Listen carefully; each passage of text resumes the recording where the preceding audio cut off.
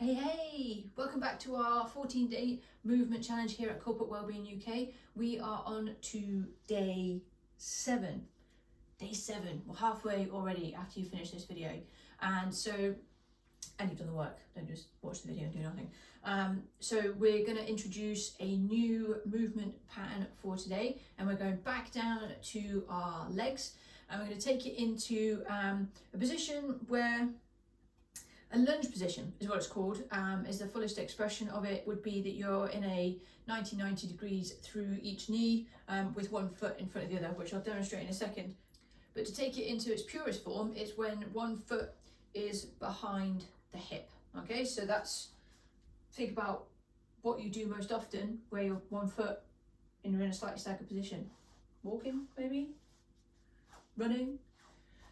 Before you then even come into a more complex movement like the lunge. But I want to get us into moving and doing the lunge because it is a really good expression of making sure that we can stay balanced and working on that, as well as keeping and working on positioning through the feet, getting the ankle movement and challenging our strength in our legs and increasing that as well. So like with all the movements that we've done so far, we're looking to get that organised position through our spine. We're looking to get a brace in our core and organised in this top half of our body as much as we possibly can, so that everything is working together. So we'll take that big deep breath in, and as we breathe out, those shoulders come back and down, so I'm nice and tall. I'm going to squeeze in my core and a squeeze in my glutes, so you can always just check and see that if your pelvis just moves into a more neutral position as you squeeze your glutes in and your shoulders are back. So we've not got any overextension, we've not got any pushing it out, we're just nice and tall, nice and neutral, and that can take a little bit of time. So we're going to continue practicing that movement, and you practice all of those before you come in and practice these movements too. So we're coming back in. Now I'm going to bring one foot out in front, and I'm going to class that as my lunge position. So we're coming out, and that's our lunge position. Straight away, the foot at the back, the heel has come off the floor, and that's fine, as long as both feet stay facing forwards. Now then, what we're going to do is our weight is going to go down, and our body's going to go down, and our torso is going to stay nice and straight. So there's no movement there as I come down into that movement and come in and out of that. My shin stays vertical, my foot stays nice and flat, and my movement into there. Okay, so if I do that from the side as well, let me just move over there. Okay, so again, I get myself nice and organised. I've got a brace in my core, gentle squeeze at my glutes, and that'll relax off as we move. And we take that step out, and you can see that my heel comes straight up. Keep that nice position. And we're nice and controlled there, and we're going to come down and in and out through that position, and that's our lunge position. Now, some things where we've got restrictions on what we'll work on through tomorrow, once we've had a practice with this move, is we might end up coming and pushing forwards, and you can see that my torso's come down there as well because I haven't got full range of motion. I've pushed into my knee, or I end up pushing back because there's tight and restrictions in various places. You may also find, if you've got challenging when you move, if you have a slightly turned out foot, that might feel uncomfortable to try and stay, but we're going to try and get that ankle coming into being in a nice front position. So it takes a little bit of time for it to reset, and you're just going to need to keep working on it and see if you can change that as you go through. And the best way that you can see that change, even if it's small, is to take pictures and progress over time as we do these changes. So the same as when we did the squat hinge, our feet start facing forwards, and we take that step, and just simply working through that, through there to start with, just to make sure that we can keep both feet facing forwards before we do anything else. And I'm just focusing on that movement. Just gets your foot going, okay, that's what I should be doing, that's what I should be doing. Continually getting it to rethink about what it should be doing and going through there. And then as you come down, we can walk a little bit more, and you can challenge that. But you can, if you're struggling with balance a little bit, bring it to a wall and hold, and just work in that a little bit, and just help yourself a little bit with that balance and work through it. And if you've got other kit at home, maybe you've got TRX straps are a really good one for holding and balancing and other things like that. So that's where we're going to go first with our lunge.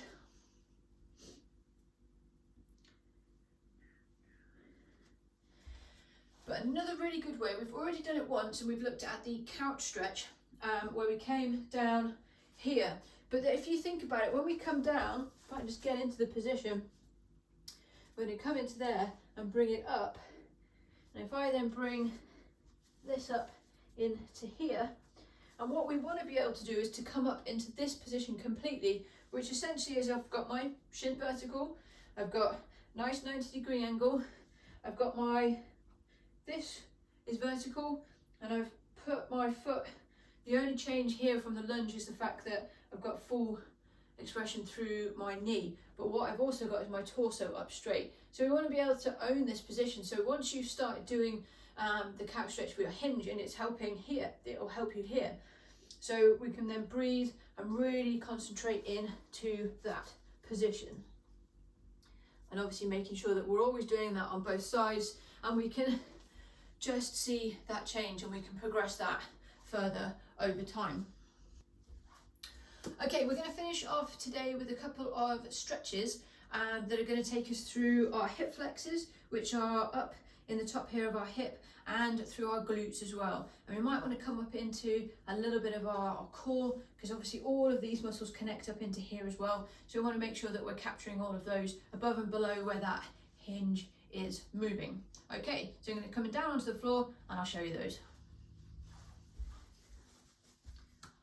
Okay, so finishing off for today, we're going to look at two stretches. We have got the hip flexor one first. So if we come into our box position, and from here, we're going to bring one foot up onto here. So I've got a 90 degrees through the back, 90 degrees through the front, and then I've come up nice and tall. So essentially this is the bottom of our lunge, but I've just relaxed my foot off. You can take that up if you want, and if you feel comfortable through the knee, that's fine, but you can stay flat foot as well. We're going to be up nice and tall and not changing the position too much as we push forward. So we're going to drop those hips forward. And what you want to feel is a stretch through the front of your hip in this area here, so in the hip flexors. So we're going to push forward. So you can't see, I've not come all the way down here because that changes where we want it to work. I want it to be in my hip flexors and really in there. So we can then take, once we've got that, we're going to take this arm up and get your balance and stay there as we then come over the side. So that then gives a nice stretch all the way down this side of our body, all the way up through here. Nice control. Make sure we can still breathe, not holding our breath. And then we'll come down. We'll just switch it over to the side so you can see what that feels like and sees.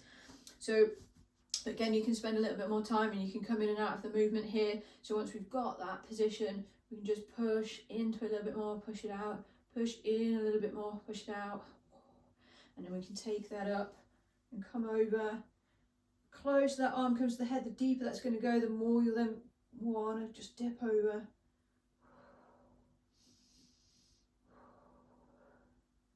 Beautiful. Okay, the second one we're going to do is we're going to come down. I'm going to start with our legs out straight. Just get into a nice position. And we're going to bring one foot up. We may need to manipulate that up onto the top of our above our knee and cushioned round in there.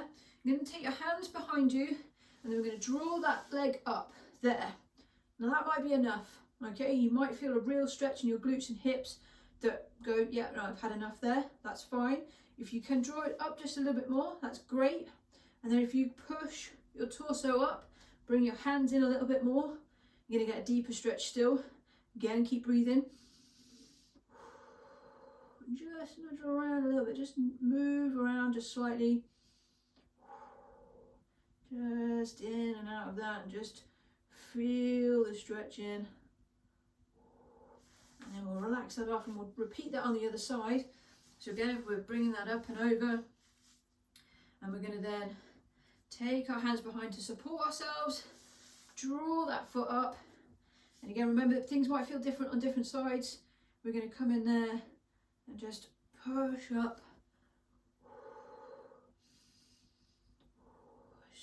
move it around down gently.